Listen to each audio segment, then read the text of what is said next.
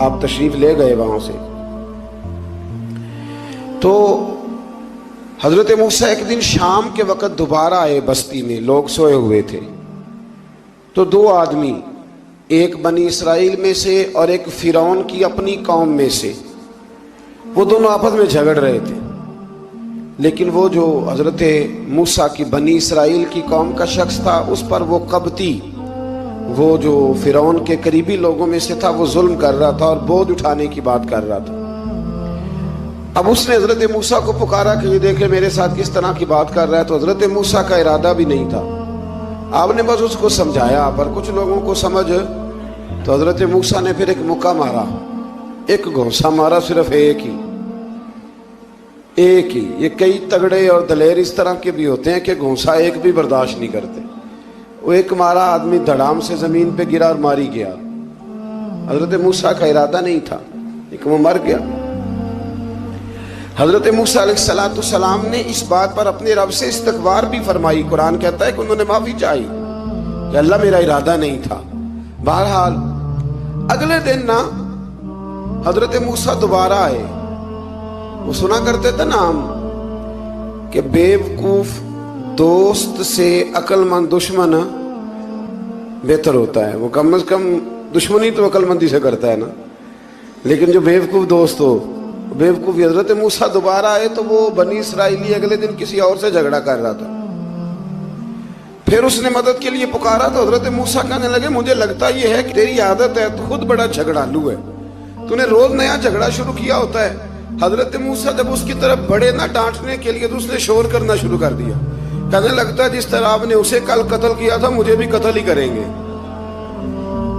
یہ انسانوں کا مزاج ہے کہ آپ جب تک کسی کے طبیعت کے مطابق چلیں گے وہ راضی رہتا ہے، اور ذرا آپ اس کی طبیعت سے ہٹتے ہیں تو وہ شور کرتا ہے. اس نے کہا جی آپ مجھے بھی لگتا ہے ماریں گے.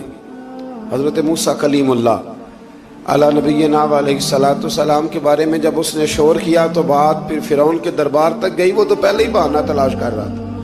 اس نے کہا ڈھونڈو پکڑو اور معاذ اللہ شہید کریں گے. کسی نے آ کے خبر دی کہ آپ جہاں سے ہجرت کر جائیں، اس لیے کہ آپ کے لیے یہاں حالات درست. اور بھائی یہ چھوڑ دیا کریں بات کہ فلاں آدمی کے حق میں فلاں جگہ حالات کیسے خراب ہوئے. تو نبی کریم علیہ السلام مکہ چھوڑ کے کیوں آئے؟ حضرت موسیٰ علیہ السلام نے ہجرت کیوں فرمائی؟ یہ ایک ایسی عجیب بحث ہے جس کو لوگ بلا وجہ چھوڑ دیتے، بلا وجہ چھیڑ دیتے ہیں. اور بالخصوص ایک خاتون نے ایک دفعہ مجھے پیغام دیا تو میں بڑی اس کی بات سن کے مجھے عجیب لگا. وہ کہنے لگی کہ دوسری جگہ میری شادی ہوئی ہے، مجھے طلاق ہو گئی تھی، تو مجھے ایک تانا روز سننے کو ملتا ہے تو اتنی اچھی ہوتی تو وہاں نہ رہ لیتی. بھئی یہ کوئی تانے والی بات ہے؟ کوئی ضروری ہے کہ بیوی غلط ہوتی ہے تو طلاق ہوتی ہے؟ اللہ کے محبوب علیہ السلام کے دو صاحبزادیوں کو ابو لہب کے دو بیٹوں نے طلاق بھیج دی تھی. کس کی غلطی تھی؟ تو آپ کیا کہہ سکتے ہیں یہاں کیوں طلاق؟ تو اتنی جلدی بات تھوڑی کر دیں گے آپ، تھوڑی احتیاط فرمائیں بولنے میں. تو حضرت موسیٰ علیہ السلام وہاں سے نکلے اور آپ مدین کی طرف چلے گئے. مدین وہ علاقہ تھا جہاں فرعون کی حکومت کوئی نہیں تھی. حضرت موسیٰ جیسے ہی وہاں پہنچے تو ان کے اندر ایک جذبہ تھا، ظلم ہوتا نہیں دیکھ سکتے. جب وہاں پہنچے تو انہوں نے دیکھا لوگ اپنے اپنے جانوروں کو گھاٹ پہ پانی پلا رہے ہیں اور دو خواتین ہیں وہ بالکل پیچھے کھڑی ہیں. تو حضرت موسیٰ کلیم آگے بڑھ کے کہنے لگے تم کیوں نہیں پانی پلاتی؟ تو وہ کہنے لگی ہمارا بھائی کوئی نہیں، باپ ہمارا بوڑھا ہے. اللہ اکبر. مجبوری یہ ہے، ہم ہیں بھی پردہ دار گھرانے کی، مجبوری ہماری یہ ہے کہ جب تک یہ سارے لوگ پانی پلا نہیں لیں گے اتنی دیر تک ہماری باری نہیں آئے گی. تو حضرت موسیٰ کلیم اللہ علیہ السلام فرمانے لگے اچھا یہ بات ہے تو جانور مجھے دو. وہ ہو یہ رہا تھا کہ چونکہ مرد پانی پلا رہے تھے تو اور جتنے بھی مرد آتے جاتے تھے وہ گھستے جاتے تھے اور عورتیں بیچاری کھڑی تھیں. حضرت موسیٰ جھٹ سے آگے بڑھے، پیچھے ہٹو. ان دو خواتین پاک باز عورتوں کے جانوروں کو پانی پلایا اور پھر آپ دوبارہ وہیں بیٹھ گئے. وہ بیبیاں جلدی جلدی گھر گئیں، جا کے اپنے والد سے کہنے لگی ابا جی کمال ہو گیا، اس بستی میں ایک ایسا آدمی ملا ہے جو عورتوں کی طرف دیکھتا ہے تو نیکی کرنے کے لیے آگے بڑھتا ہے، جو مجبور اور بے کس کے لیے اچھے جذبات رکھتا ہے. فرمایا جلدی لاؤ.